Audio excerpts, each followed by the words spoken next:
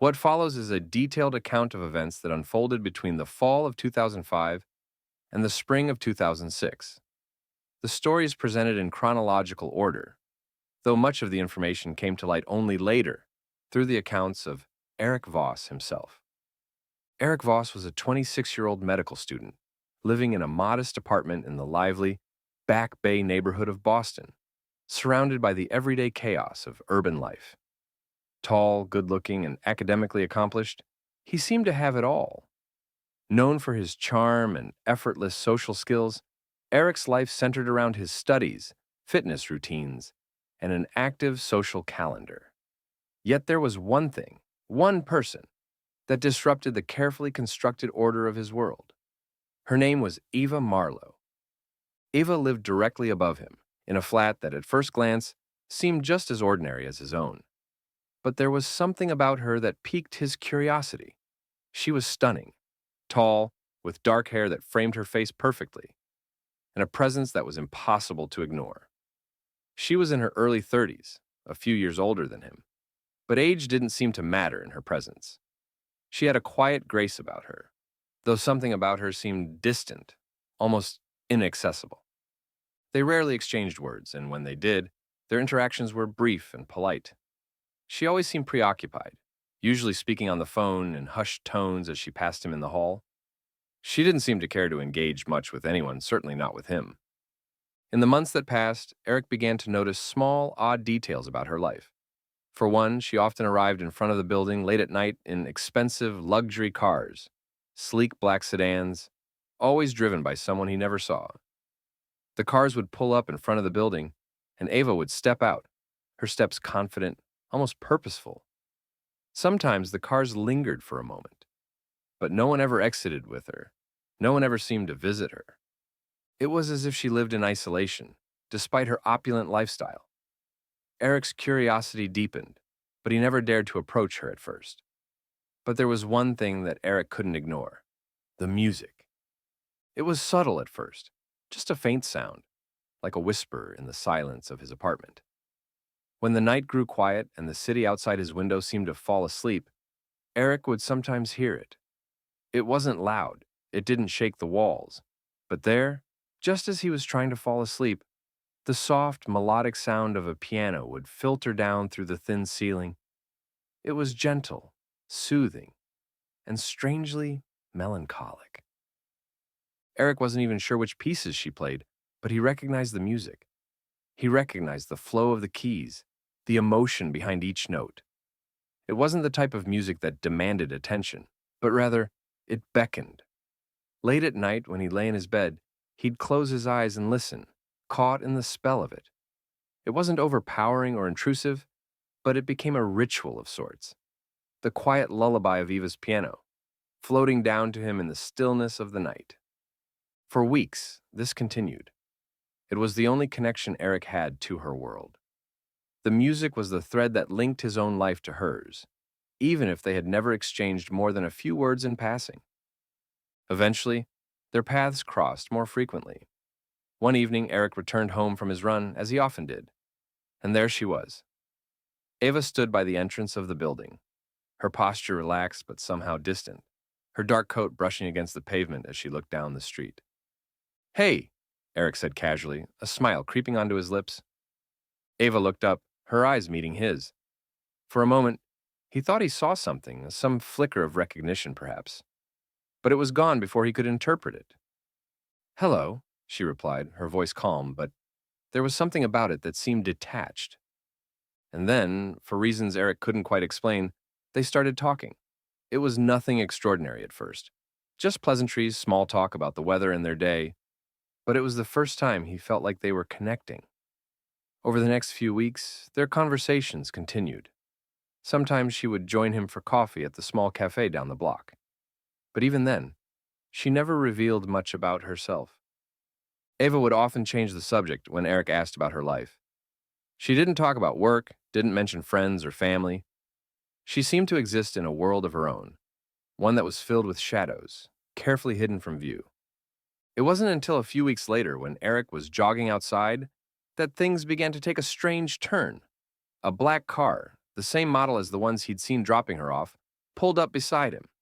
The windows rolled down, and a cold, male voice spoke. "Stay away from her. For your own good."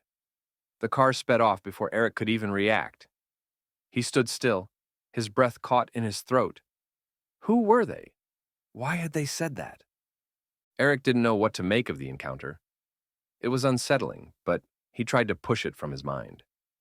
After all, what harm could there be in getting to know Eva better? One winter evening, they went for a walk together. The night was crisp, the air sharp with the bite of cold. They crossed over a bridge that overlooked the river, the city lights shimmering off the surface. The quiet hum of the city surrounded them as they stood together, gazing at the skyline. Erik's attraction to Eva had grown stronger, and that night he couldn't resist the urge any longer. As they stood there, close enough for him to smell her perfume, he leaned in to kiss her. She turned her face away gently. "No, Erik," she said, her voice calm but firm. It stung. Erik's pride took a hit. He felt humiliated, frustrated. "Why not?" he asked, his voice louder than intended. Eva tried to calm him down, reaching for his arm. "Please don't." But in that moment, Erik's anger flared. He jerked his arm away when she tried to grab it, his temper getting the better of him. Eva lost her balance on the icy surface, slipping backward, and before Erik could react, he plunged into the dark, raging waters below. The river was swift, and the cold was unbearable. For what felt like an eternity, Erik stood frozen, unable to move. He watched as Eva struggled to stay above the water, barely holding on to what seemed to be a small branch. But he couldn't bring himself to jump in. He feared the water, feared drowning himself, feared losing everything. 10 seconds passed, maybe more.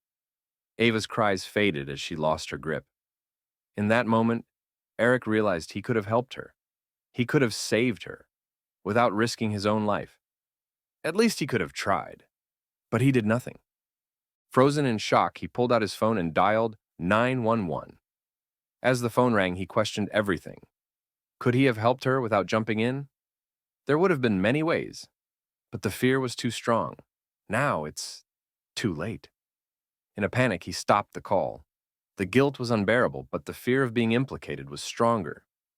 When he returned to his apartment, the guilt gnawed at him. He could still hear her voice, still see her falling into the water. He had failed her. Weeks passed, but nothing happened. There were no reports of Eva being found, only the occasional visit from police officers questioning the building's residents for clues. But the guilt never left Erik. He couldn't sleep, couldn't focus, and his mind spiraled out of control. But then it started. It was subtle at first, just a faint sound from above. Erik told himself it was nothing. It was probably just the building settling. But then it happened again. And again. The sound of footsteps, barely perceptible at first, became more frequent. It was as though someone was pacing above him, moving from room to room. He heard it late at night, after he tried to lie down and sleep. The soft, rhythmic tapping of feet on the floor, growing louder as the nights went on. Each night the footsteps grew more distinct. At first, Erik thought he was imagining things, but it became impossible to ignore. The sounds weren't coming from the apartment next door. They were coming from directly above, from Eva's apartment. Was someone inside the apartment? But the police had sealed it off weeks ago. There was no way anyone could have gotten in. After a few nights, Erik's nerves were stretched thin. Convinced it was nothing more than his guilt playing tricks on him, he tried to dismiss it, but the pattern continued. The soft, deliberate pacing late at night became too much to bear. Unable to sleep and feeling the walls of his apartment closing in on him, Erik packed a bag and stayed with friends for a few days, hoping the distance would quiet his mind. The night after returning home, the footsteps were gone. But just as he was about to fall asleep, something else crept into his ears. The sound of a piano. It was faint, almost imperceptible, but unmistakable.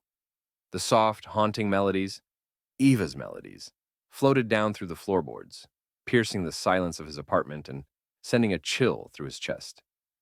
The next day, he called the police to report a break-in at the flat above him. However, when they arrived and found the seal untouched, They dismissed his claims without conducting further investigation. Over the next few nights, the sound of the piano returned, still very faint, but noticeably clearer than before. Desperate to prove to himself that he wasn't descending into madness, he tried recording the sound with his phone, but it was too faint to capture. Desperation overtook him. Erik couldn't take it any longer. He broke the seal on the door and stepped inside. What he found inside left him frozen in shock. The apartment was blanketed in dust, just as one might expect after weeks of abandonment. But in front of the piano, Eva's piano, there were footprints in the dust. A single set of bare footprints, as though someone had been sitting there. No tracks led to or from the piano, only the ghostly impressions at its base. Panic surged through Erik's chest. He bolted from the apartment, leaving everything behind, and fled to his parents' house, where he broke down completely. The following day, trembling and barely able to speak, Erik went to the police. He confessed everything: the accident, the piano, the footsteps, the footprints. Erik was placed under medical observation, and that night, for the first time in months, he finally slept. Despite their investigations, Eva was never found. However, the police did confirm the footprints in Eva's apartment, an eerie discovery that continued to haunt the officers even years later. What happened to Eva? Did she survive and take revenge? Were the strange figures who had warned him earlier connected to her fate? Or was it something even more sinister?